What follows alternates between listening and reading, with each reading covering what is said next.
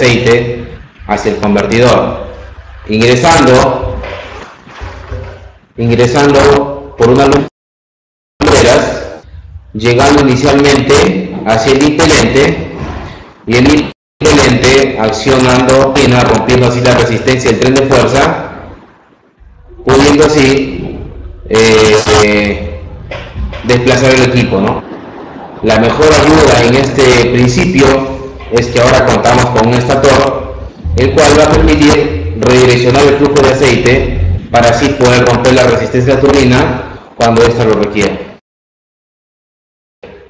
Es así como determinamos el convertidor de par convencional en la clase pasada, en la presentación anterior, culminando así con el flujo del aceite desde el depósito hacia el ingreso y el retorno del aceite hacia el depósito nuevamente. Entonces, aquí veíamos que a través de una bomba se succiona el flujo de aceite a través de una bomba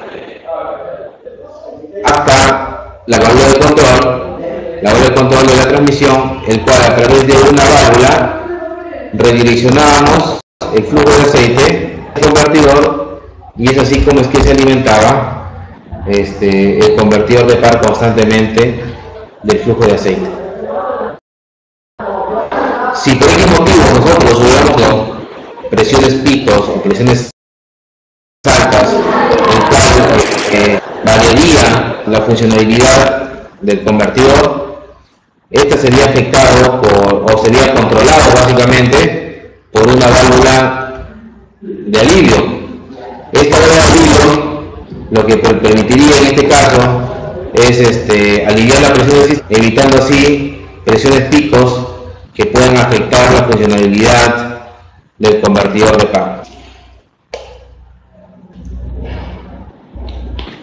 Cuando este convertidor de par fue ya instalado en distintos equipos en función del tiempo, se comenzó ya a determinar ciertas aplicaciones en donde, por ejemplo, si nosotros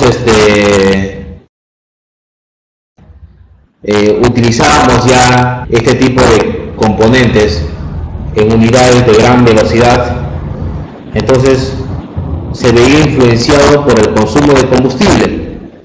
Entonces, si bien es cierto, el convertidor de par es un componente que nos permite multiplicar el par, pero el solo hecho de a un estator que está constantemente, más bien dicho, que está detenido en todo momento, permitirá que en todo momento también tengamos multiplicación de par, lo requiera o no lo requiera.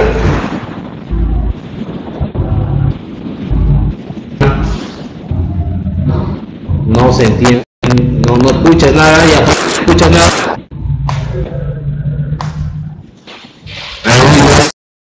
Hay participantes que no cuentan, nos indican.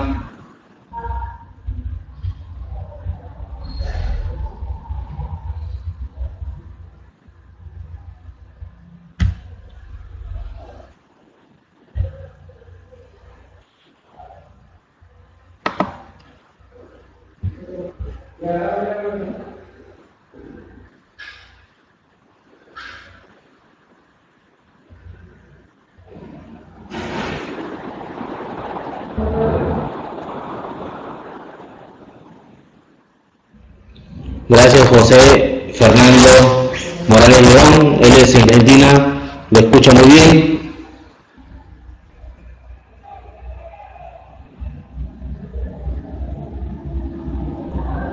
Muy bien, gracias. Ahí, Fran, revisa por favor tu dispositivo, porque hay varios jóvenes que están indicando que no tienen ningún problema con el audio. Muy bien, continuamos entonces. Vemos que cuando estos sistemas ya sigan instalando en unos equipos en donde ya no necesitamos mayor capacidad no solamente entrega de par, sino también velocidad, como ya había mencionado, el solo hecho de contar con un estator que estaba detenido, en todo momento tenía multiplicación de par. Entonces, los creadores de este tipo de sistemas contribuyeron así a generar mejoras. Entonces, estas mejoras se vieron influenciados a través de unos sistemas auxiliares.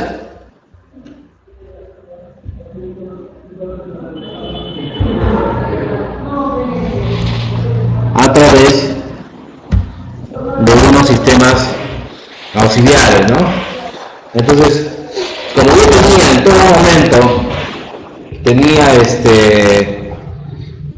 el detalle de que siempre yo, el solo hecho de contar con un estator que estaba detenido, ¿no?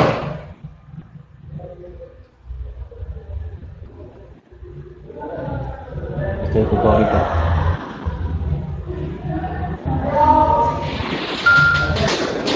Entonces, el solo hecho de contar con un estator que está detenido, yo tenía multiplicación de par. Ahora, las personas los creadores de este tipo de sistemas se preguntaron de qué forma nosotros podríamos revertir en este sentido, y no solamente multiplicar el par cuando lo necesite, sino también dejar de multiplicar el par cuando no lo necesite. Entonces, si el problema era que el estator se encontraba fijo, entonces se ha creado un sistema auxiliar el cual va a permitir incrementar el par cuando se necesite, y cuando no se necesite par no se va a incrementar el par, ¿no? Entonces, para ello tenemos un embrague unidireccional que opera de forma similar al convertidor de par convencional. La diferencia es que el estator ya no va montado en un embrague, la diferencia es que el estator va montado en un embrague unidireccional, que hace que el estator gire libremente cuando no se requiera multiplicación de par. Eso es considerado básicamente como si fuese un trinquete grande, ¿no? O un ratchet. Todo el mundo conoce un ratchet, ¿verdad? Entonces, la forma en la cual se desarrolló este mecanismo fue con la finalidad de que cuando yo necesite par, mi convertidor de par me pueda enviar par, y cuando no, simplemente se trabajan como si fuese un acoplamiento hidráulico. Muy bien, aquí tenemos otra imagen en donde podemos apreciar en donde es que se ubica el embrague unidireccional, ¿no? Es una de las aplicaciones del embrague unidireccional, el cual también está basado a través de un divisor de par, que lo vamos a hablar más adelante. Este tipo de componente de embrague unidireccional va instalado en cargadores de ruedas, va instalado en camiones, en algunos tractores de cadenas, también va instalado.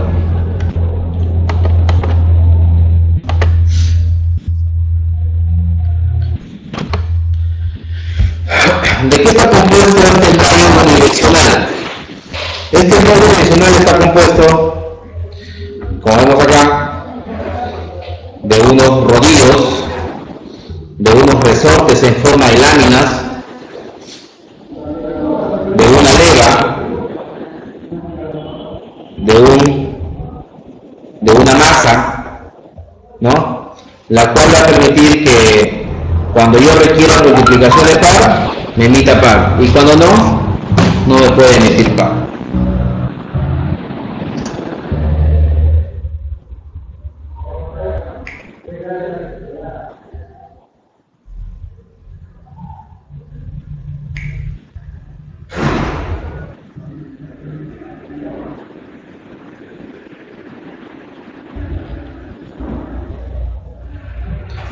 Muy bien. Entonces acá tenemos la masa, acá tenemos los rodillos, los resortes en forma de láminas, resortes laminares, y aquí tenemos la leva.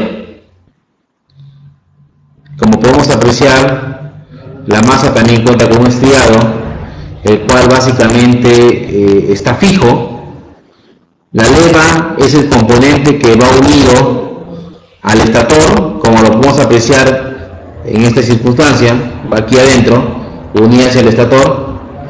Entonces, No sé si se puede apreciar bien. En este sentido, en esta parte tenemos un espacio mucho más pequeño y acá tenemos un espacio mucho más grande. Entonces, propio de la funcionalidad y del diseño de la turbina y del impelente, esto permitirá que cuando haya incremento de par, quiere decir que la turbina está teniendo una alta resistencia, el envío de flujo permitirá que el estator gire en torno horario. Si el estator gira en torno horario, lo que va a permitir es que los rodillos se posicionen en la zona más pequeña. Si se posicionan en la zona más pequeña, eso va a permitir que la leva se una con la masa. De tal forma, si la leva, como está conectado al estator, la leva no se va a mover, es en donde el estator se detiene y es ahí en donde comienza a multiplicar el par. ¿Qué pasa cuando la turbina ya no tiene resistencia?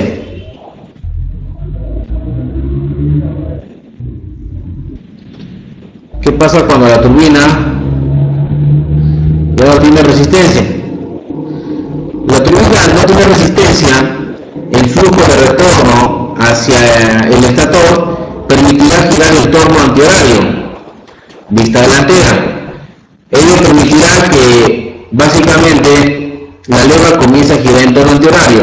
Si gira en torno antihorario, los rodillos van a comprimir los resortes posicionándose en la zona de mayor dimensión. Si se posiciona en esa zona, entonces la leva se va a desconectar de la masa, permitiendo así un movimiento al estator. Si el estator se mueve, no envía flujo no reenvía el flujo hacia el impelente, y es ahí en donde no puede multiplicar par, por lo tanto se comporta como un acoplamiento hidráulico. Entonces, eso es muy importante poder apreciar el por qué contamos con un membrana unidireccional, que no es nada del otro mundo de un componente que, según la resistencia de la turbina, va a permitir incrementar el par o no incrementar el par. ¿Y de qué va a depender la resistencia de la turbina? De únicamente el trabajo que el equipo está realizando. Entonces, por ejemplo, si está instalado este componente en un cargador de ruedas, el cargador de ruedas tiene un desplazamiento de aproximadamente 25 km por hora. Entonces, al estar desplazándose, quiere decir que está en una velocidad alta. Esa velocidad permitirá que las ruedas comiencen a desplazarse, de tal forma no haya resistencia en el diferencial, y como la transmisión se encuentra en alta velocidad, entonces no va a haber resistencia en la transmisión, pero no hay resistencia en la turbina. Sería ahí en donde, al no tener resistencia en la turbina, simplemente permitirá que la leva gire en torno antihorario y con ello desconectar los rodillos que se encuentran entre la leva y la masa. Al girar la leva, va a girar el estator, y es por ello que no va a poder incrementar el par, debido a que no está redireccionando flujo hacia el impelente. De ser así, entonces no tenemos multiplicación de par. Esta posición se considera como modo abierto o liberado, y la posición anterior, en donde sí multiplica par, se considera como bloqueado o modo cerrado.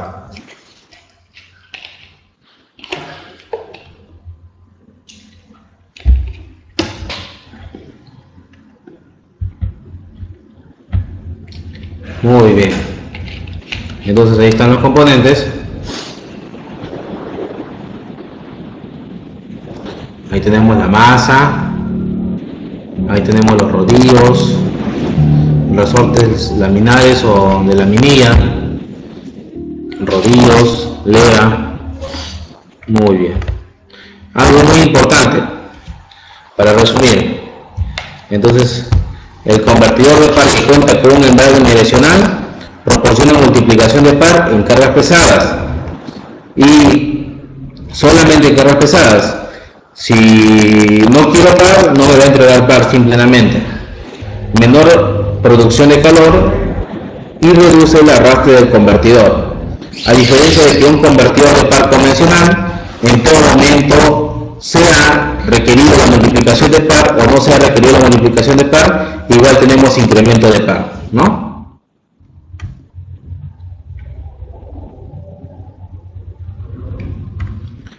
Muy bien.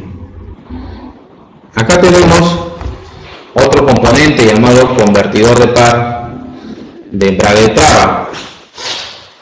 Este componente permite conectar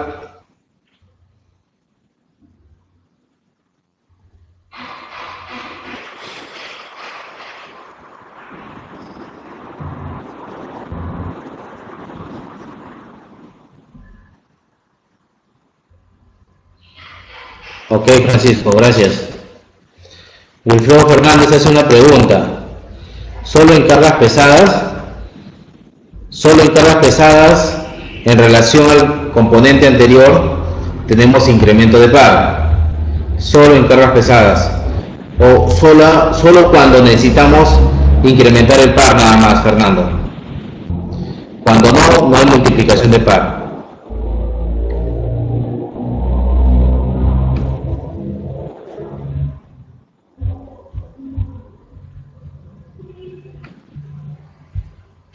Muy bien. Otro componente es el convertidor de par de embrague de traba. Este componente proporciona conexión directa entre la transmisión y el motor. El embrague de traba está en la caja del convertidor de par. Cuando se acopla el embrague, conecta la caja de rotación directamente al eje de salida y la turbina.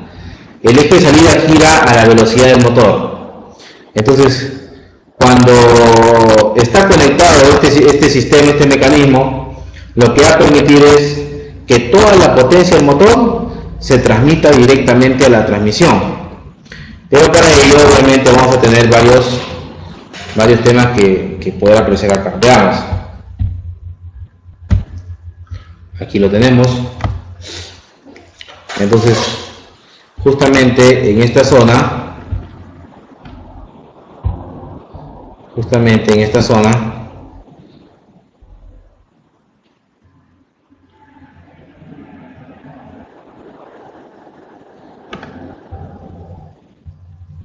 justamente en toda esta zona es en donde podemos apreciar el embrague de traba, ¿no?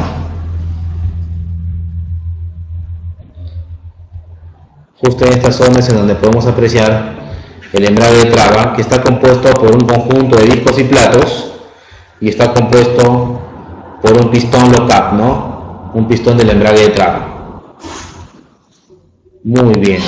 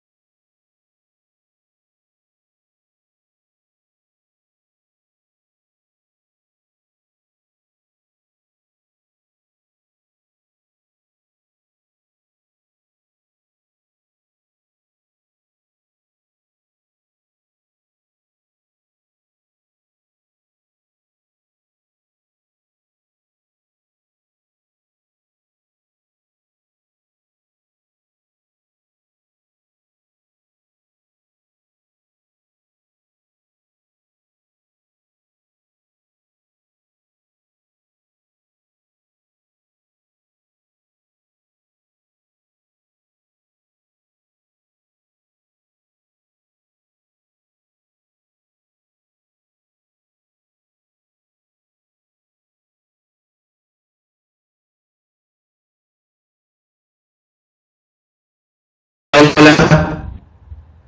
hola, hola.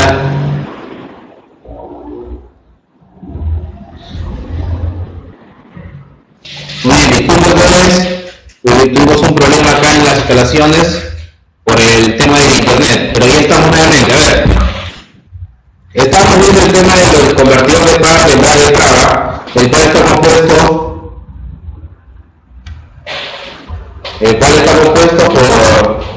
por un pistón local y por un conjunto de embragues. ¿De acuerdo? Ya, Francisco, gracias.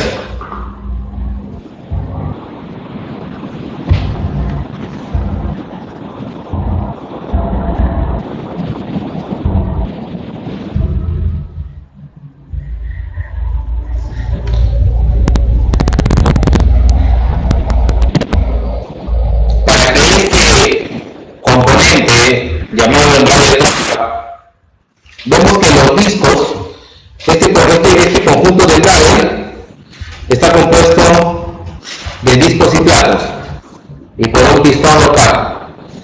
Estos discos y platos, los discos están unidos, como pueden apreciar, están unidos hacia la turbina y los platos están unidos hacia la carcasa del convertidor de par. Entonces, si los platos, si la carcasa gira,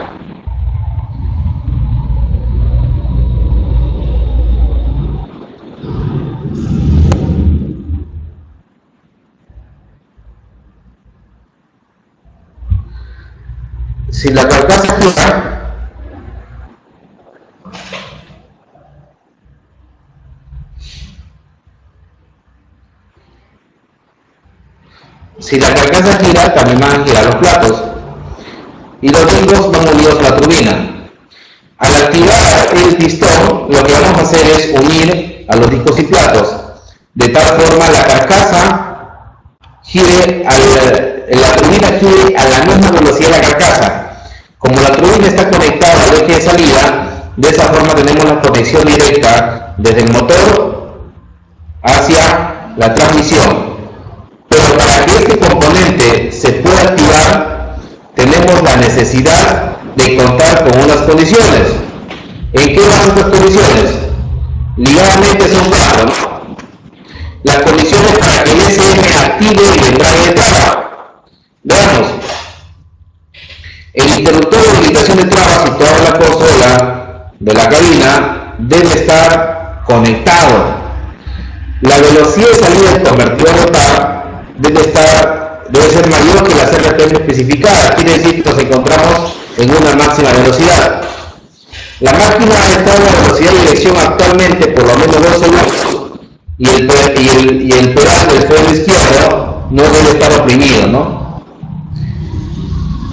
Cumpliendo estas condiciones, ello permitirá que el embrague se active, el embrague de traba se active y así podamos comunicar toda la potencia del motor a la transmisión. Entonces, bueno, para empezar, ¿por qué decimos que el pedal de freno izquierdo no debe estar oprimido? Este pedal es el pedal de activación del embrague impelente. Si nosotros apreciamos, posteriormente vamos a hablar de otro tipo de sistema auxiliar, el cual data sobre un sistema de control en el impelente, el cual va a determinar poder desconectar el impelente de la carga de fuerza.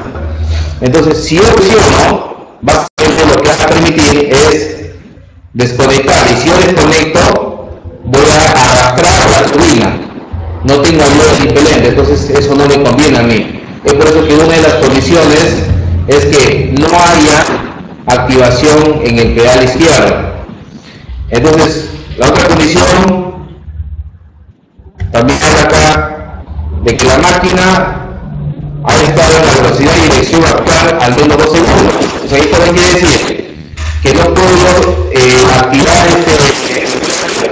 por ejemplo, cuando voy a virar hacia un sentido, o cuando me encuentro en una subida, o en una bajada, ¿no? Simplemente tengo que activarlo cuando la máquina se encuentre en una sola dirección en un nivel determinado. ¿Por qué me dice que la velocidad de salida del convertidor de par es mayor que las RPM especificadas? Porque esto básicamente se va a activar siempre y cuando nos encontremos en alta velocidad, o sea, en la máxima velocidad que el equipo se pueda desplazar. Con ello aprovechamos todas las RPM del motor para que la máquina se pueda desplazar sin ningún problema. ¿Qué pasaría si es que por X motivos yo estaba desplazándome, encontré una pendiente en subida? El sistema el sistema electrónico cuenta con un sistema que si es que verifica que si se reduce la velocidad de las ruedas, eso quiere decir que necesitamos no un incremento de velocidad, sino un incremento de par. Si es así, en las ruedas hay unos sensores que van a comunicar directamente al SM y el SM va a cortar la corriente del electroválvula, permitiendo la desconexión del embrague de traba. Al desconectar, simplemente comienza nuevamente a trabajar como un convertidor de par normal, ¿no? Porque en ese momento ya no quiero velocidad ni entrega RPM, sino quiero incrementar el par. Muy bien, Josep.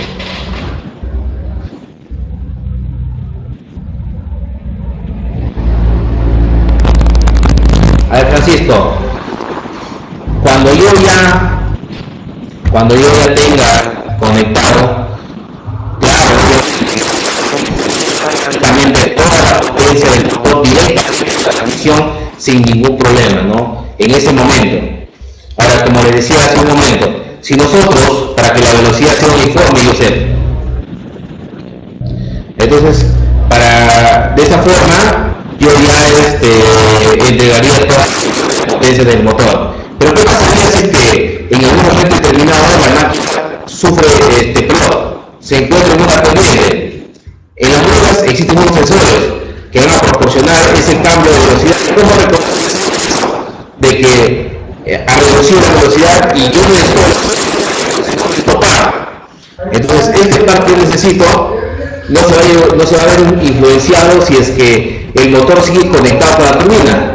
¿Por qué? Porque yo voy a necesitar romper esa resistencia. ¿Y quién rompe esa resistencia de la turbina? El impelente ayudado por el desatoro. Entonces, si está conectado, no lo voy a poder. Entonces, ¿qué va a pasar? Se va el sistema mismo, los sensores que se están situados en las ruedas, envían una señal al SM y el SM automáticamente permite la desconexión de la electroválvula, permitiendo así que la presión que está activando el pistón básicamente se bloquee y con eso haga que el conjunto de embrague se desconecte y trabaje normalmente como si fuese el convertidor de par convencional. De esa forma es ahí donde yo prácticamente ya no quiero velocidad, sino quiero par. ¿Correcto, Francisco?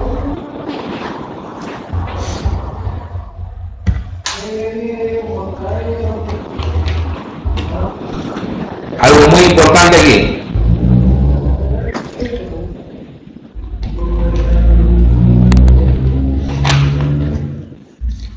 Algo muy importante aquí. La multiplicación de cargas pesadas es lo que me permite a mí mantener desconectado este tipo de convertidor. Entonces, cuando el lock no está activado, tengo multiplicación de par en cargas pesadas. Cuando el lock está activado, tengo un mando directo en las velocidades altas. Eso me permite una mayor flexibilidad en la máquina, en la aplicación de la máquina al momento de trasladarme, y la mejora la economía del combustible. ¿Por qué? Porque estoy entregando toda la potencia que yo tengo en el motor hacia la transmisión. Dato muy importante. Muy bien. Preguntas adicionales concernientes al convertidor de par de embrague de traba.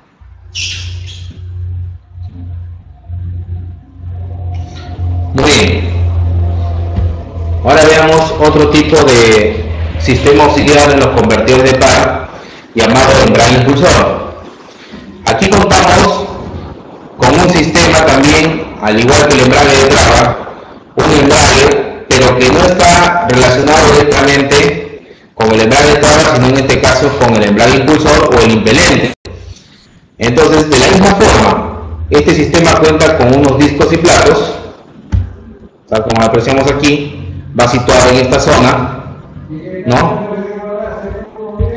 Y acá pues lo podemos apreciar, ¿no? Entonces, para este lado tenemos el embrague impulsor y para acá tenemos el embrague de traba. Del embrague de traba ya hablamos ya. Ahora vamos a hablar del embrague impulsor. Tal vez alguien se pueda preguntar que hay sistemas que cuentan con los dos embragues, así es, sino que por método de estudio es que lo trabajamos de forma independiente para poderlo entender y así poder apreciar la funcionalidad. Entonces, en este caso, al igual que el embrague de traba, también cuenta con discos y platos, discos que van a estar conectados, discos que cuentan con estrellas internas que van a estar conectados al impelente, y los platos que van a estar conectados hacia la carcasa. Entonces, con su pistón de activación del impeller, del clutch impeller, ¿no? En este caso, pistón impelente, ¿no? De la misma manera, cuando nosotros activamos la electroválvula, lo que va a permitir es conectar los discos y platos. Pero a diferencia del embrague de traba, en el embrague impulsor, cuando inicia el funcionamiento, en todo momento está activado, porque inicialmente yo necesito en eléctrico incrementar el par. Si yo desconecto, se va a desconectar el impelente de la carcasa. Por lo tanto, el impelente se va a desconectar y no va a poder romper la resistencia de la turbina. ¿Qué es lo que estoy permitiendo con eso? Es que no multiplique, envíe potencia hacia el tren de fuerza. Entonces, esta electroválvula, según los principios básicos, determinamos que cuando la corriente de la electroválvula es cero, tenemos una alta presión de activación en este embrague impelente, permitiendo así la conexión entre el impelente y la carcasa.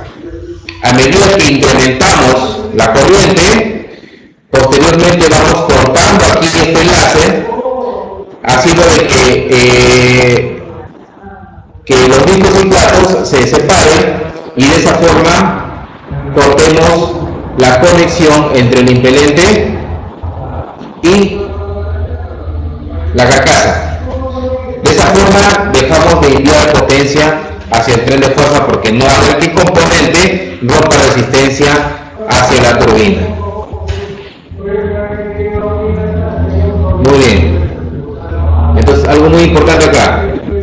El convertidor de par de embrague impelente disminuye el patinaje en los neumáticos al momento de empuje y corrido, reduce el desgaste prematuro de los neumáticos, incrementa la potencia disponible del motor diésel para el sistema hidráulico de implementos. Este tercer punto, muy importante. Explicación aquí. Imaginemos que contamos con un cargador que vamos a accionar directamente, vamos a utilizar un carrillo, el cual nos encontramos con un material obviamente para empezar abrasivo y posteriormente pesado a la vez, abrasivo y pesado a la vez. Entonces, ¿qué va a permitir esto? Que cuando yo quiera accionar esta carga, obviamente la mayor demanda de potencia va a estar influenciado hacia el sistema de implementos.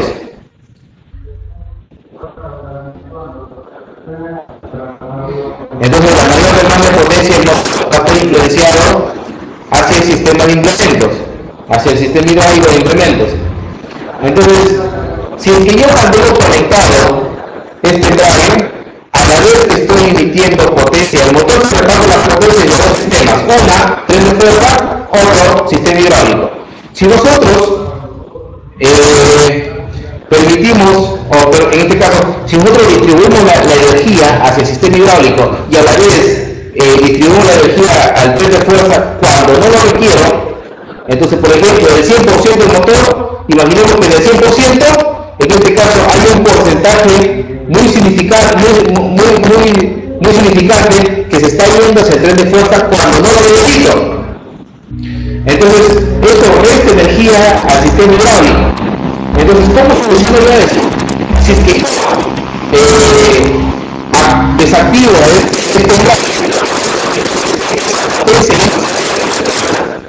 entonces, si no se da el tren de fuerza, esa potencia restante va a ser aprovechada por el sistema hidráulico, incrementando así su rendimiento y su eficiencia para que pueda levantar la carga sin ningún problema.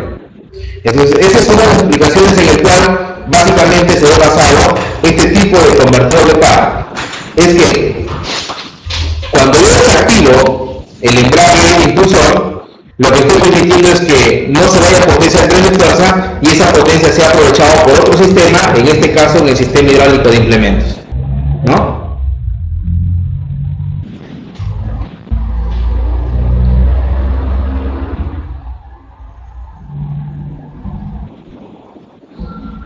Muy bien. Ahí dice, no conectado los dos a la vez, sino uno es total, bueno, los dos son totalmente independientes, ¿no? Tienen distintas aplicaciones. Por ejemplo, el embrague de entrada se activa para transmitir toda la potencia y este de acá y el embrague de impulsor se desactiva para poder permitir el aprovechamiento de la potencia del motor hacia otro sistema. Son cosas totalmente independientes. Que haya convertidores que los dos cuenten con los dos sistemas, muy bien, pero no trabajan parejo, ¿no? Más aún, recuerda, yo sé que para que se pueda accionar el embrague de entrada, tiene que haber necesariamente una condición, y una de las condiciones es que este embrague no esté activado. Si este embrague se activa, se desacopla.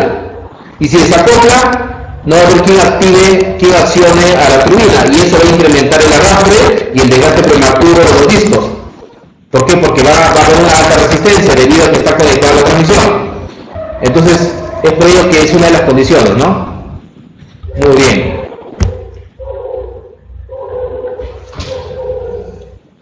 ¿Por qué decimos que disminuye el patinaje de los neumáticos? Porque ya no está ya no está entregando potencia al tren de fuerza, por lo tanto ya no hay movimiento en las ruedas, simplemente la potencia se deriva hacia el sistema que lo necesita, ¿no? Muy bien. Y ahí lo tenemos, ¿no? Ahí lo tenemos el sistema.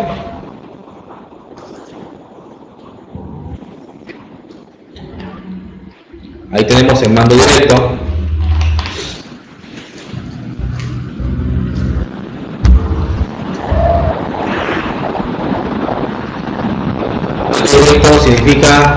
Mando convertidor significa que está trabajando normal, sin ningún problema, ¿no?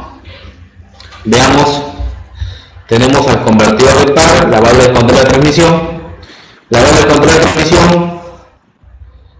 acá tenemos las bombas, la bomba secundaria, tenemos la bomba principal de alimentación que emite flujo hacia el sistema, de una hora de Newton hacia el sistema, ya sea para activar los paquetes, ¿no? Y acá tenemos la válvula de control, el cual va a permitir la salida de flujo hacia el convertidor de par. Entonces, ¿qué significa mando convertidor? Significa que ninguna de las dos válvulas, si se dan cuenta, están accionadas. Esta es la válvula del embrague impelente y esta es la válvula del embrague local o embrague de traba. Entonces, si la corriente es cero, aquí en esta válvula que hemos dicho que la presión es alta, por lo tanto se encuentra un mando convertidor. ¿Qué cosa quiere decir que la presión sea alta aquí en la parte del impelente? Es que el impelente esté conectado a la carcasa y de esa forma podamos multiplicar el par. ¿Qué significa? Que aquí no haya presión, que no están activados, por lo tanto la turbina está girando en función a la activación por el impelente. Ahora veamos, ¿qué significa mando directo? defecto significa que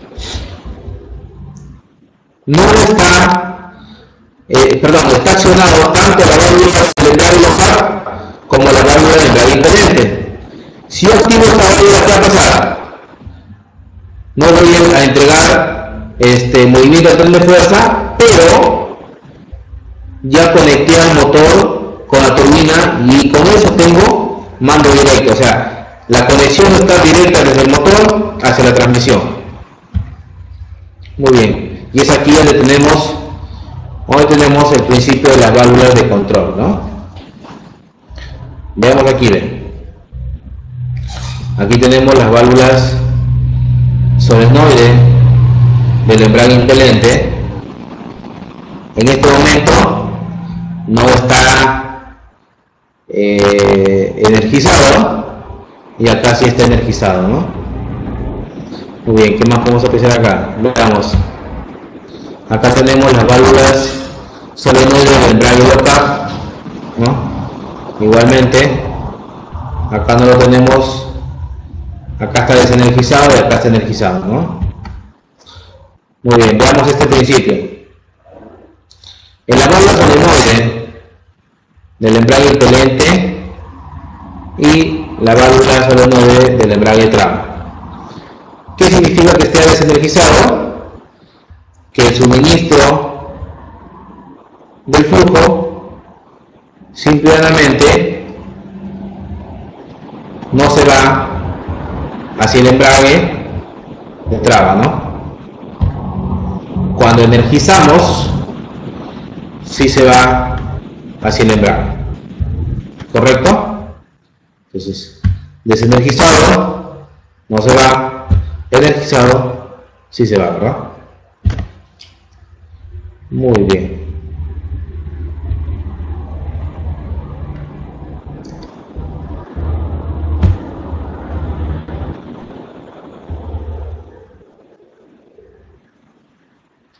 Muy bien, Joseph nos dice cuánto es el voltaje de este solenoide. Bueno, si hablamos de voltaje, estamos hablando que estos trabajan a 24 voltios. Realmente lo que medimos en un solenoide básicamente no es la cantidad de voltaje, sino la corriente, ¿de acuerdo? Lo que va a determinar la activación del solenoide.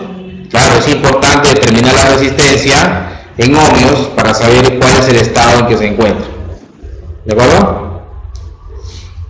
Que básicamente según sea el tipo, estamos hablando de 90 a 100 ohmios, ¿no? Si disminuye 90 ohmios,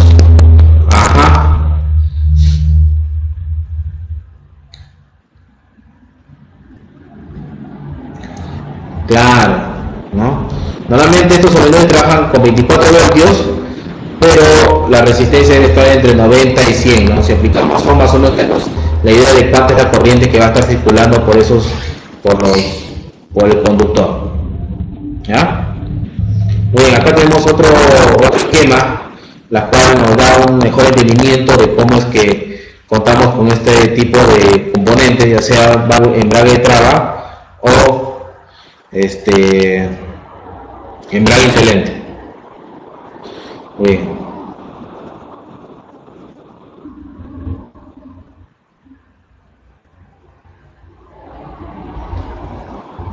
Así es, Francisco.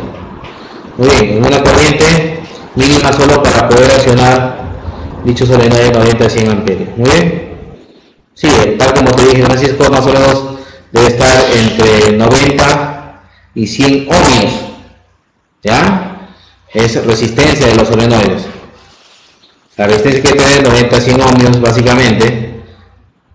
Y bueno, trabaja con un voltaje de 24 voltios.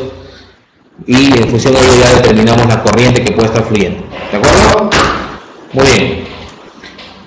Aquí nos presenta otro esquema para que nos sea un poco más claro de poder determinar cuál es el principio. Tenemos la bomba que succiona el flujo de aceite a través de los filtros, va a poder redirigir el flujo de aceite hacia el convertidor y tenemos la presencia de la señal de control, que cada vez que el SM envíe una señal de corriente, esta ya sea se activa o se desactiva para hacer ya sea activar el embrague de traba o desactivar el embrague impelente según la funcionalidad que cuente. ¿De acuerdo? Muy bien. Ahora les presento a otro tipo de convertidor, que es el convertidor de par de capacidad variable. Este es uno de los convertidores que ha sido muy bien desarrollado en los cargadores grandes, en los 994F, por ejemplo, la cual va a permitir un alto incremento de entrega de par, debido a que este sistema, gracias a un impelente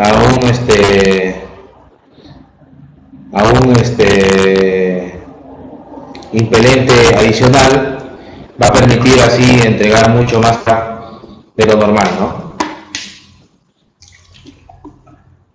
Por ejemplo, en un 779 no he visto instalado los 779, ni en los 777 ni en los 785.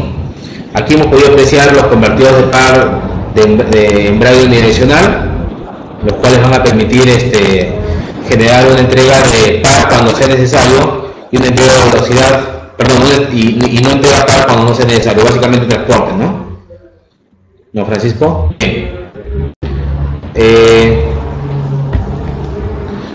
Veamos las diferencias ya de lo que hemos visto. Veamos la gran diferencia de todo lo que ya hemos podido apreciar.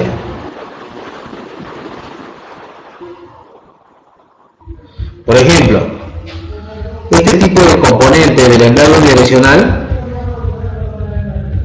hagamos un pequeño review, un pequeño repaso. Por ejemplo, el convertidor de par de embrague unidireccional, su activación es automática en función a la resistencia de la turbina. Si hay resistencia de la turbina, se detiene el estator y multiplica el par automáticamente. Si no hay resistencia de turbina, simplemente permite el giro inverso del estator, desconectando y girando y comportándose como un acoplamiento hidráulico. ¿De acuerdo? Muy bien. Entonces la activación aquí es automática. Corramos un poquito más. Luego hemos visto el embrague de traba y el embrague impelente, el cual el embrague de traba me va a permitir comunicar la potencia del motor a la transmisión o tener una conexión directa. El embrague impulsor me permite desconectar el impelente de la carcasa, evitando así la entrega de par hacia el tren de fuerza. Pero ahora veamos a este componente llamado convertidor de par de capacidad variable, que no es que vamos a quitar el par, sino que de contar con un par nominal vamos a poder incrementar aún más el par todavía. Entonces permite que el operador limite el aumento de par en el convertidor de par para reducir el giro de las ruedas y desviar la potencia del sistema hidráulico. Los componentes son el rodete interior, el rodete exterior, el embrague impulsor, la turbina y el estator.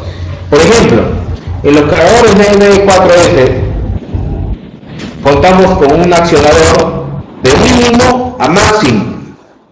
¿Qué cosa quiere decir?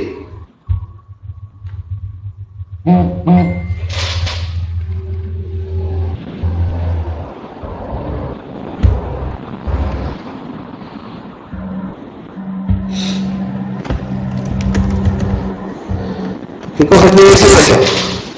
Que acá tenemos, veamos,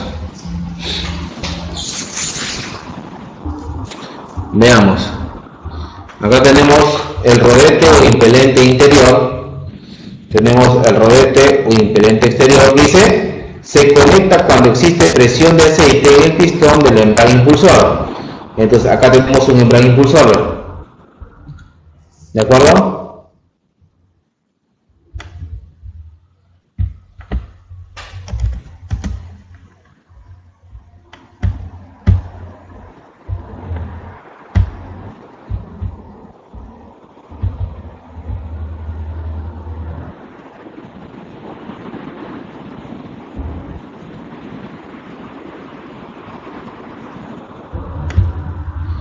Muy bien, entonces veamos, tenemos igualito, el convertor de par es lo mismo, tenemos una turbina, estator, eje de salida, carcasa, a diferencia de que tenemos un impelente interno y un impelente externo.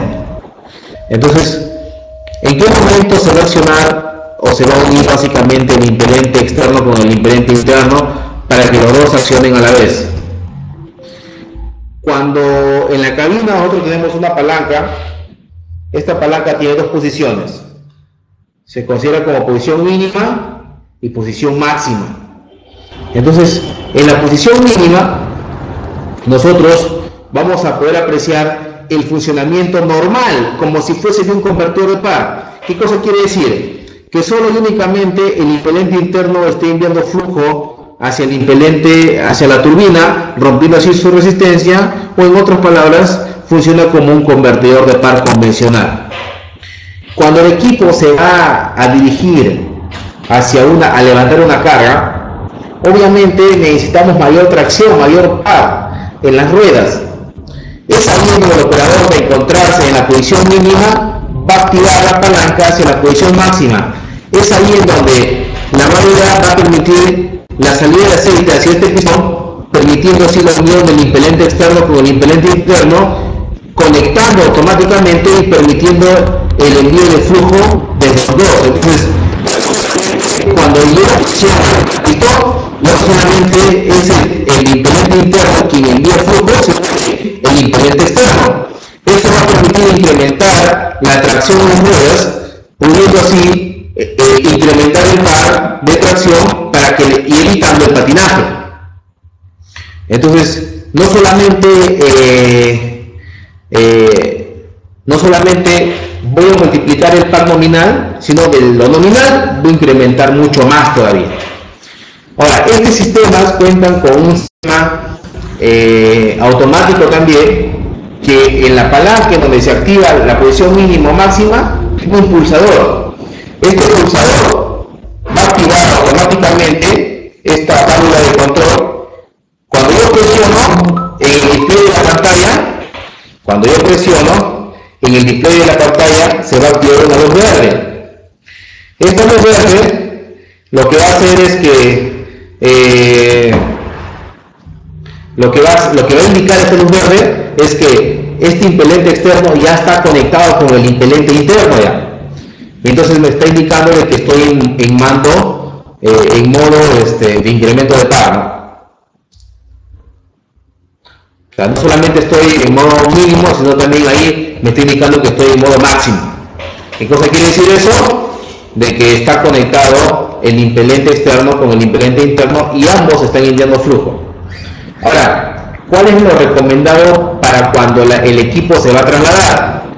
El equipo se va a trasladar siempre, se debe trasladar, ¿cuál es la recomendación? Que se debe trasladar siempre en modo activado. Entonces, según palanca, en cualquier posición que se encuentre, si yo presiono ese pulsador que está en la palanca, automáticamente se va a ver activado y vamos a activar al impelente externo y al impelente interno se va a activar para que los dos envíen flujo. ¿De acuerdo? De esa forma evitemos el arrastre y el excesivo consumo de combustible. Entonces, algo muy importante, disminuye el patinaje neumáticos al momento del empuje del carrillo. ¿Por qué? Porque cuando yo voy a empujar la carga, mis ruedas van a necesitar mayor tracción.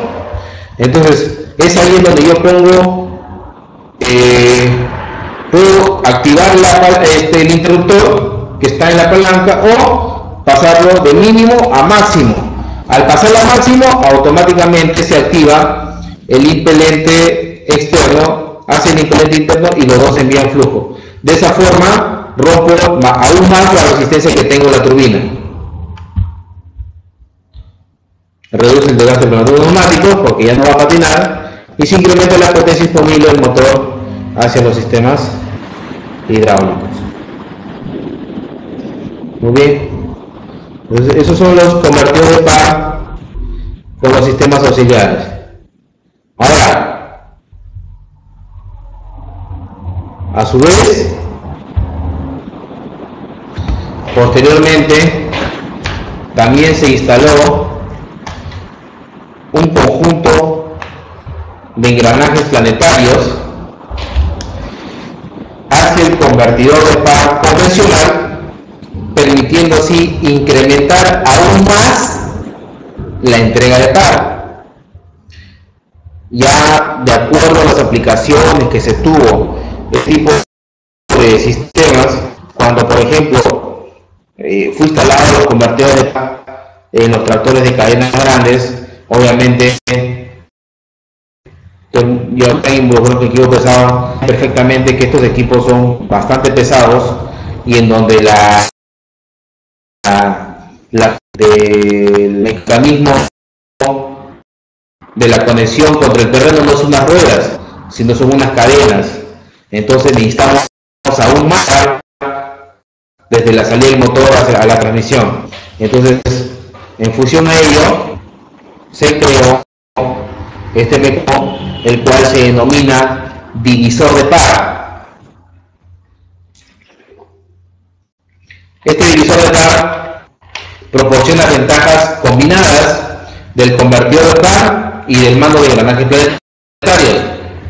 Permite un variable de par, puede ser alta como de 70-30 y depende mucho de la carga.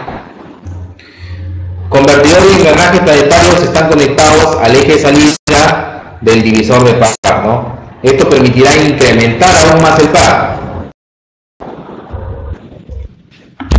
Vean.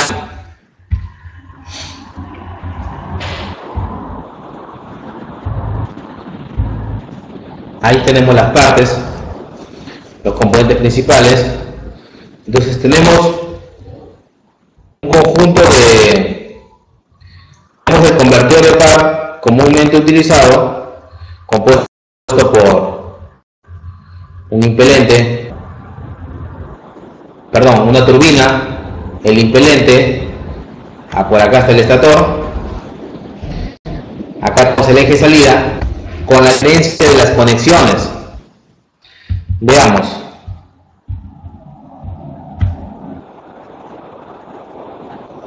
Por ejemplo, acá tenemos la imagen mejor, acá se puede apreciar mejor. Tenemos la turbina, el impelente, el estator. Lado del conjunto de engranajes planetarios tenemos el solar de color rojo, de color naranja. Tenemos los planetarios, acá tenemos de color violeta o morado, como lo puedan apreciar ustedes mejor. Tenemos al portaplanetarios y de color celeste tenemos a la corona. Entonces fíjense, acá hay algo muy importante. Vamos, la corona está conectado con la turbina. La corona está conectado con la turbina. El porta satélites está conectado con el eje de salida. El solar está conectado hacia la carcasa y el impelente también está conectado a la carcasa.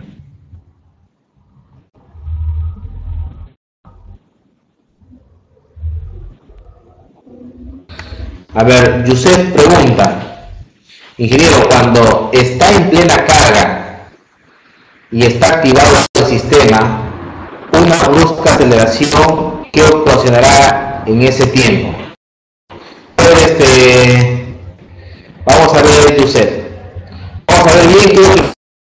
primero entiendan el funcionamiento y luego la ocasión, ¿de acuerdo? Termino de explicar cómo es el mecanismo de división y luego ya ustedes solitos van a poder apreciar en qué cosa, ¿de acuerdo? Veamos. Entonces tenemos el solar a la carcasa, el impelente a la carcasa, la turbina hacia la corona del conjunto de drenajes planetarios, el portasatélite hacia el eje de salida, el estator, en este caso puede tener un lado unidireccional, pero ya saben cómo funciona esta parte, ¿de acuerdo? Si no hay resistencia automáticamente se va a desconectar y funciona como acoplamiento hidráulico. Si hay resistencia de turbina, se activa y multiplica el cable, ¿de acuerdo? Entonces, iniciamos el funcionamiento. Cuando nosotros arrancamos el motor, ni bien arrancamos el motor, vamos a poder accionar a la volante del motor. La volante del motor va a accionar al impelente y a la vez va a accionar al solar. Entonces, para ello me es muy importante saber que ustedes conozcan cómo funciona un sistema planetario, ¿no? Para poder entender esto. Entonces, veamos.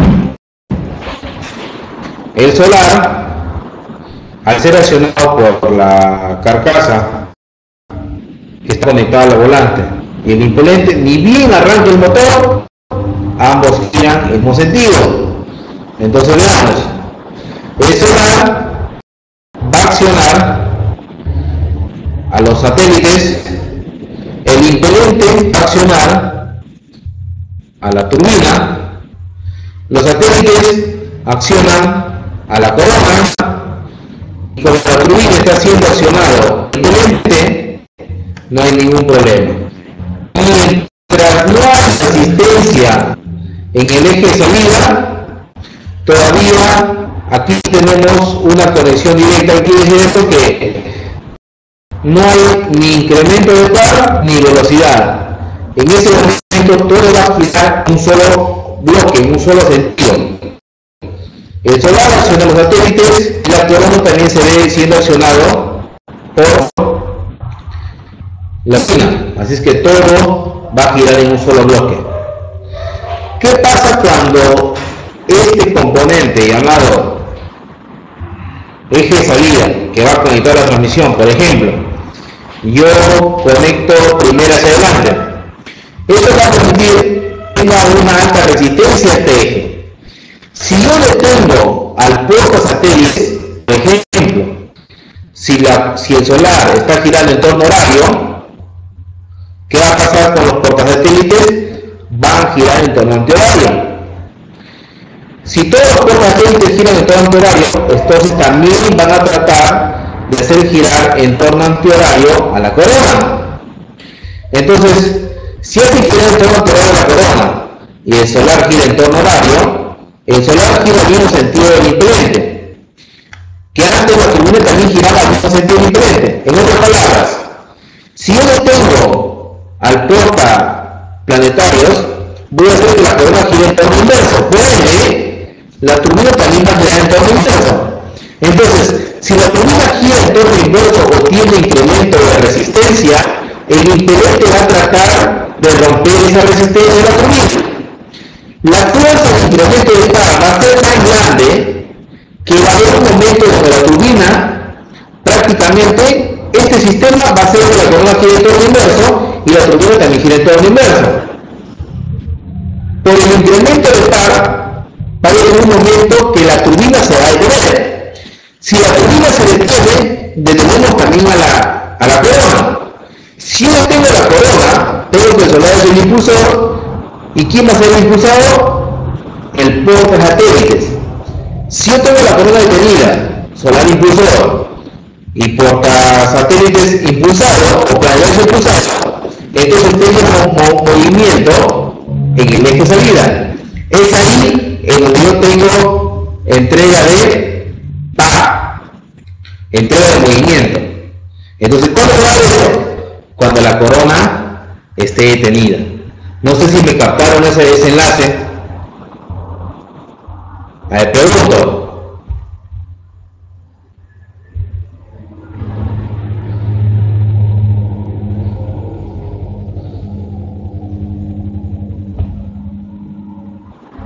¿Sí?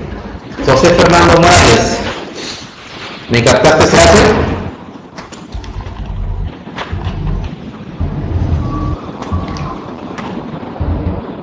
Me da un gusto, un placer poder apreciar que un compañero Hugo Herrera se encuentra en línea. A ver, Hugo, ¿me captaste ese enlace de la multiplicación de par? ¿Cómo es que se presenta la multiplicación de par, el divisor de par?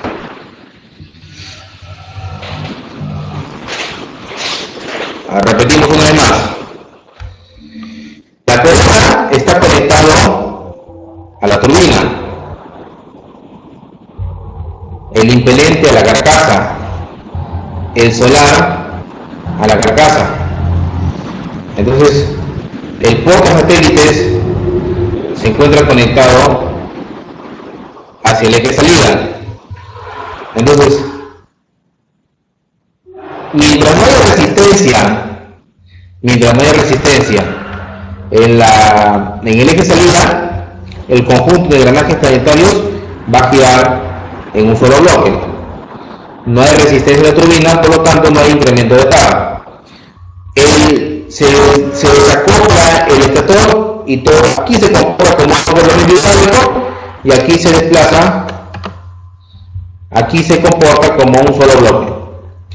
Cuando hay resistencia en el eje de salida, se va a detener el porta satélite por ende, porque están conectados.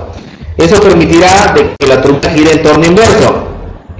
Si la turbina gira en torno inverso, perdón, la corona va a girar en torno inverso. Si la corona gira en torno inverso, la turbina que está conectada también va a girar en torno inverso.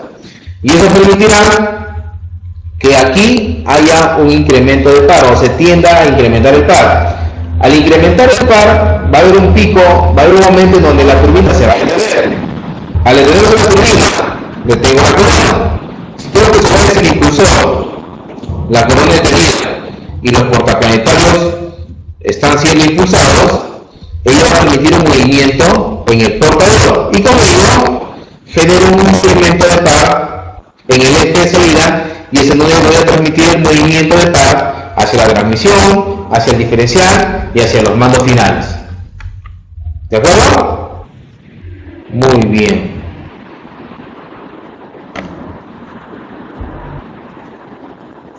Entonces, como le decía, este sistema, este mecanismo, básicamente está siendo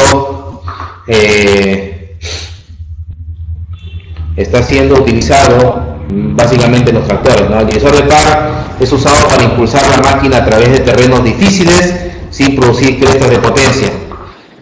En este equipo, el divisor de par permanece calado más que en cualquier otra máquina, ¿no? Algo muy importante, cambios de velocidad de modo progresivo o automático. Multiplica el par de salida disponible en cargas altas. Amortigua las sobrecargas bruscas que podrían dañar el tren de fuerza. Permite la operación del mando directo. Aumenta la eficiencia y economía del combustible, ya que tengo un sistema en el cual me va a permitir incrementar el par desde la salida del motor, evitando así que el motor se esfuerce, más bien permita la conexión de incremento de par a través de este componente llamado divisor de par. Muy bien.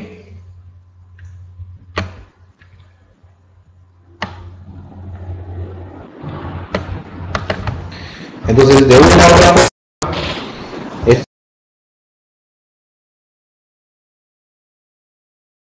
hay problemas.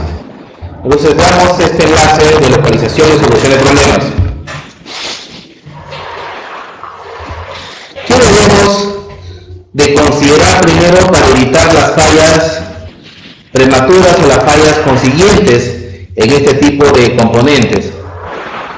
Bueno, una de las pautas de recomendación dadas también por parte del fabricante de este tipo de componentes es verificar siempre que el aceite esté limpio y se encuentre a su nivel. Si es que está sucio, obviamente vamos a permitir que esté emergentes partículas contaminantes dentro de ellas, pudiendo así determinar un desgaste prematuro de los componentes, ¿no? Y se encuentra a su nivel, de lo contrario vamos a tener presiones bajas y con ello vamos a poder activar bien los paquetes de los preventivos a los intervalos de cambio.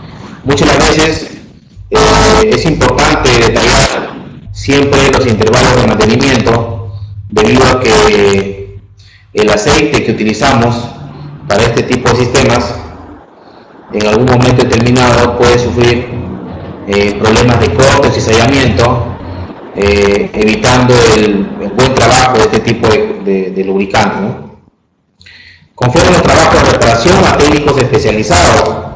Básicamente no cualquiera, por ejemplo, repara un divisor de par, un convertidor de par, debido a que casi todos no tienen la experiencia, ni la capacidad, ni la habilidad de poder realizar este tipo de trabajos, ¿no?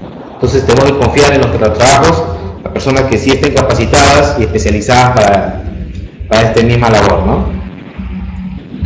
Emplear los instrumentos y herramientas especiales recomendadas por el fabricante. Muchas veces necesitamos que estos equipos sean evaluados y no contamos con los rangos especificados de las herramientas, y es ahí en donde se generan muchos problemas, ¿no? ¿Qué pruebas realizamos en los convertidores de par? Antes de instalar al convertidor de par, hay que asegurarnos de instalar medidores de presión y temperaturas, tal como señalan en los manuales, ¿no? Muchas veces un problema radica en un componente que no está en relación, bajo ya sea una regulación o que no está regulado o sincronizado. Recurra siempre al manual de servicio correspondiente para los procedimientos, ya sea los manuales de armado y desarmado, especificaciones, pruebas y ajustes, ¿no? El cual nos va a permitir desarrollar este tipo de pruebas, ¿no? Una de ellas es la prueba de calado del convertidor de par. ¿Cómo se realiza esta prueba de calado del convertidor de par? Se realiza cuando se sospecha un problema en el convertidor de par. Esta prueba da una indicación de rendimiento, de si es que el motor está bien, si el convertidor está bien, si la transmisión está bien, si los mandos se encuentran en buen estado, ¿no? Que son los indicadores de rendimiento básicamente de este tipo de mecanismos, con base en la velocidad del motor. Ocurre cuando la velocidad del eje de salida es cero. Se realiza mientras el motor esté en funcionamiento al máximo y se encuentra acelerado. Los procedimientos. Por ejemplo, bueno, este es un ejemplo, ¿no? Para un cargador 924G, por ejemplo. El primer paso es aplicar el freno de parqueo, ¿no? Tenemos que activar el freno de parqueo y existen condiciones. Obviamente hay que arrancar el motor y calentar el aceite de la transmisión de 82 a 93 grados centígrados, ¿no? Una vez que ya calentó, automáticamente liberamos el freno de parqueo y oprimimos con fuerza el pedal del freno izquierdo. Así es, esto es la prueba de calado. Francisco, muy bien. Gira la pedida de cambio en tercera velocidad. Mueva la palanca de dirección hacia adelante, presionar completamente el pedal de aceleración al máximo, ¿no? Y espera que se estabilice la CRT del motor y registre el valor con el tacómetro, ¿no? Entonces, por ejemplo, si nosotros hacemos esta prueba, nos vamos a poder dar cuenta si es que, por ejemplo, yo presiono el pedal de freno a fondo, yo veo que mi freno de servicio se encuentra muy bien. Pongo en tercera o cuarta velocidad hacia adelante y voy a ver, por ejemplo, si la máquina se va hacia adelante, es porque tengo un problema tal vez en el sistema de frenos. Como asegurarme claramente que mi sistema de frenos está en buen estado, que todo esté ok. Si por ejemplo me de que el motor, en términos criollos, por ejemplo, puede decir que el motor se chupa o se derrapea, entonces quiere decir, y el sistema sí me soporta, entonces quiere decir que el problema no está en el convertidor, sino más bien está en el motor. Si yo veo de que el motor no se chupa, no hay ningún problema, entonces el problema no está relacionado directamente al motor, sino está relacionado directamente al convertidor, ¿no? A través de esta yo podré determinar cuál es el componente que se encuentra en mal estado, ¿no? Bueno,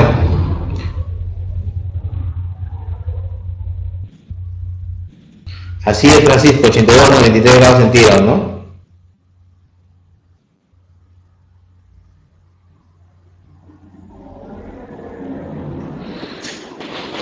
Muy bien, Francisco.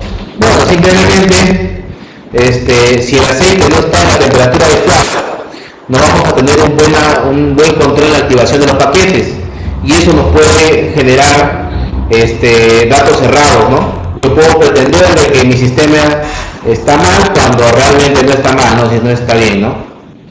2500 que RPMs.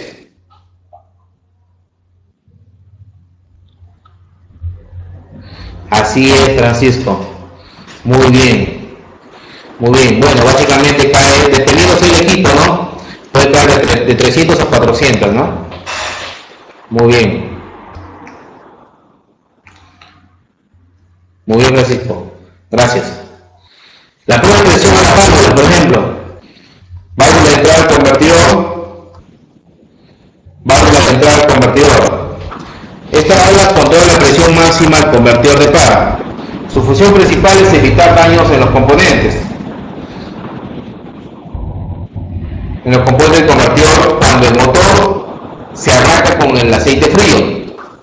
La válvula de convertidor de salida, la válvula de salida del convertidor, esta válvula mantiene la presión en el convertidor de par. La presión se debe mantener en el convertidor de par a fin de evitar cavitación y asegurar la operación eficaz del convertidor, ¿no? Entonces básicamente son en qué momento, en dónde voy a tener que realizar la prueba, ¿no? Ya sea la válvula de entrada al convertidor, que esta válvula básicamente va a controlar la presión máxima del convertidor. Si yo pongo el tap de presión y veo que la presión está por debajo de lo normal, entonces hay un problema, ¿no? El problema va a estar sujeto directamente hacia que la activación de los paquetes no van a estar siendo adecuados, va a haber un problema. No se va a activar bien los paquetes, por ende no va a tener un buen enlace, ¿no?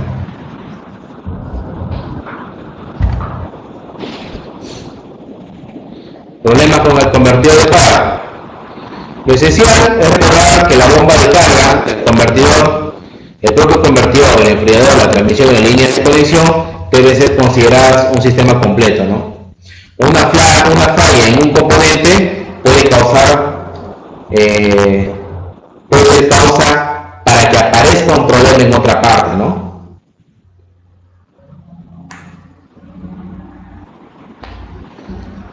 Buen punto. Muy buena pregunta, Jonathan López. La pregunta, ¿por qué la presión de entrada del convertidor es más alta que la presión de salida? Porque la presión de entrada es la presión que se encuentra presente al momento de activar los paquetes, y es por eso que la presión es alta. En cambio, la presión de salida es la presión que en este caso no, perdón, la presión de entrada básicamente es más alta debido a que es la presión que va a ingresar directamente al impedente.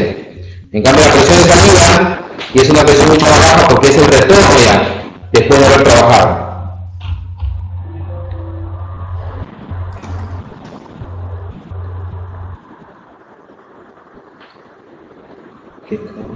¿Qué causa el problema?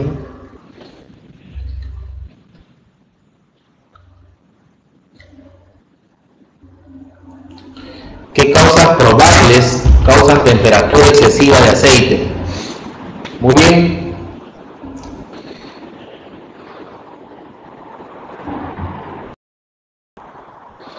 Bueno, la viscosidad del aceite puede puede causar siempre y cuando no se haya hecho una muy buena selección del aceite. Eso puede permitir tal vez.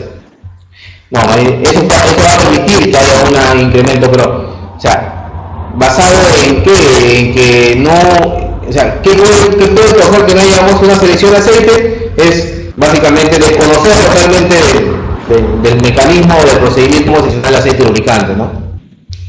Por ejemplo, otro problema que puede causar una alta temperatura de aceite en la transmisión es los niveles bajos de aceite, que el enfriador de aceite se encuentre taponeado, por lo tanto no vamos a tener una transferencia de calor mucho más conjunta, que los cojinetes que se encuentran en el impelente tenga un desgaste acelerado, y va a permitir que el giro del impelente no esté girando de forma adecuada, sino oscile. Eso básicamente va a permitir también que haya un incremento de temperatura.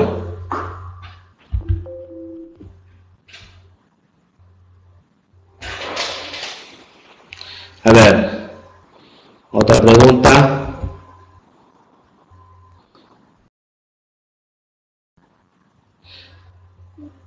La viscosidad, ¿qué dice?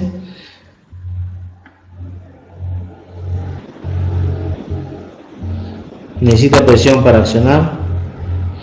A ver, acá Yusef dice necesita presión para accionar, ¿verdad? La presión se va a crear propia del sistema. Acuérdense que el mecanismo hidrodinámico que va a estar en función del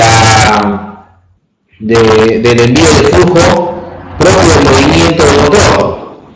La presión que se va a crear es propia del sistema en función de la restricción al paso del fluido. Acuérdense.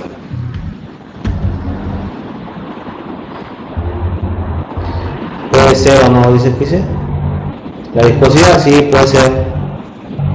Hay reducción de potencia. Yo sé, pregunto si tiene reducción de potencia por incremento de temperatura. Más que reducción de potencia, hay desgaste acelerado de los componentes.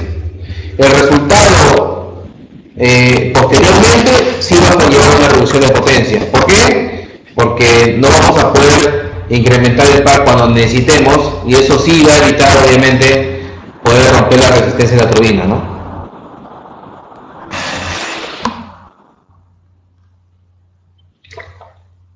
Muy bien.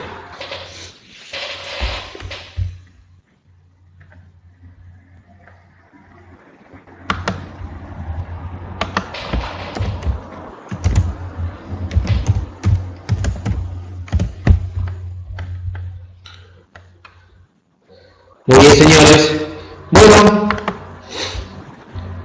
¿alguna otra pregunta para terminar? ¿Alguna otra pregunta para terminar?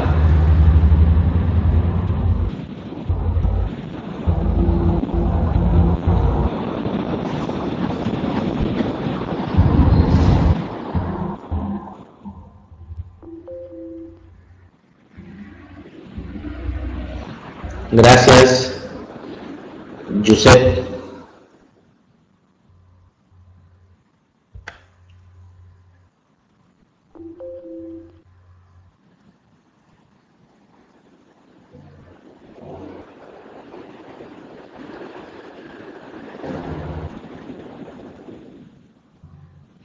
Muy importante haber compartido con ustedes esta información, y así poder una vez más difundir estos temas de convertidor de par. Posteriormente detallaremos otros temas muy relacionados con la transmisión, con los diferenciales, con los mandos finales, ligados directamente a la maquinaria pesada Caterpillar.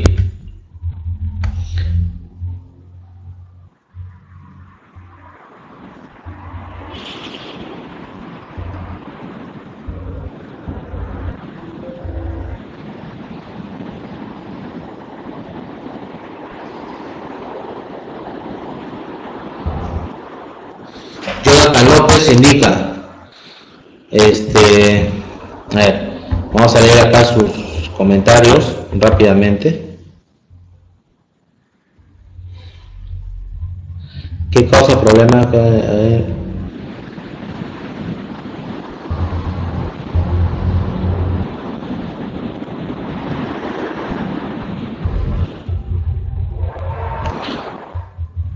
Al momento de cambiar la marcha de tercera a segunda, se presenta un pequeño golpeteo y por momentos se neutraliza. Es porque no accionaste bien sobre el embrague. Ahí yo quisiera que me aclares un poco más tu comentario, no entiendo realmente si estás hablando sobre un cambio en la máquina directamente o estás hablando de la prueba de calado.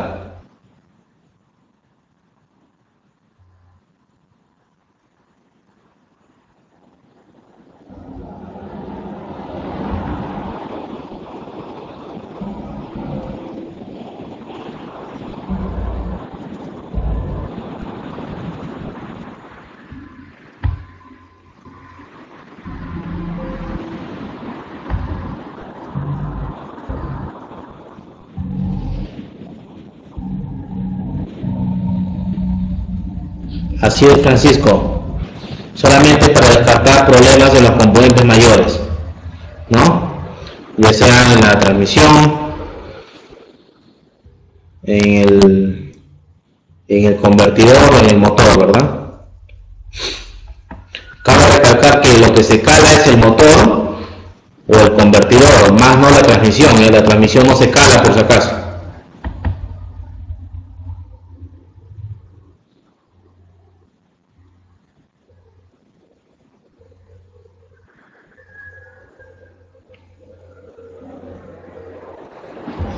Muy bien, señores. Bien, entonces, sin más preguntas, me complace a mí una vez más compartir estos principios con ustedes y así ustedes tengan un mayor enlace de cómo es que operan los sistemas Caterpillar. Muy bien, agradeciendo de antemano a Francisco, a Mejía. Muy Mejía, mucho gusto encontrarte en línea y así compartir estos principios. Agradecer a todos y cada uno de ustedes por su participación.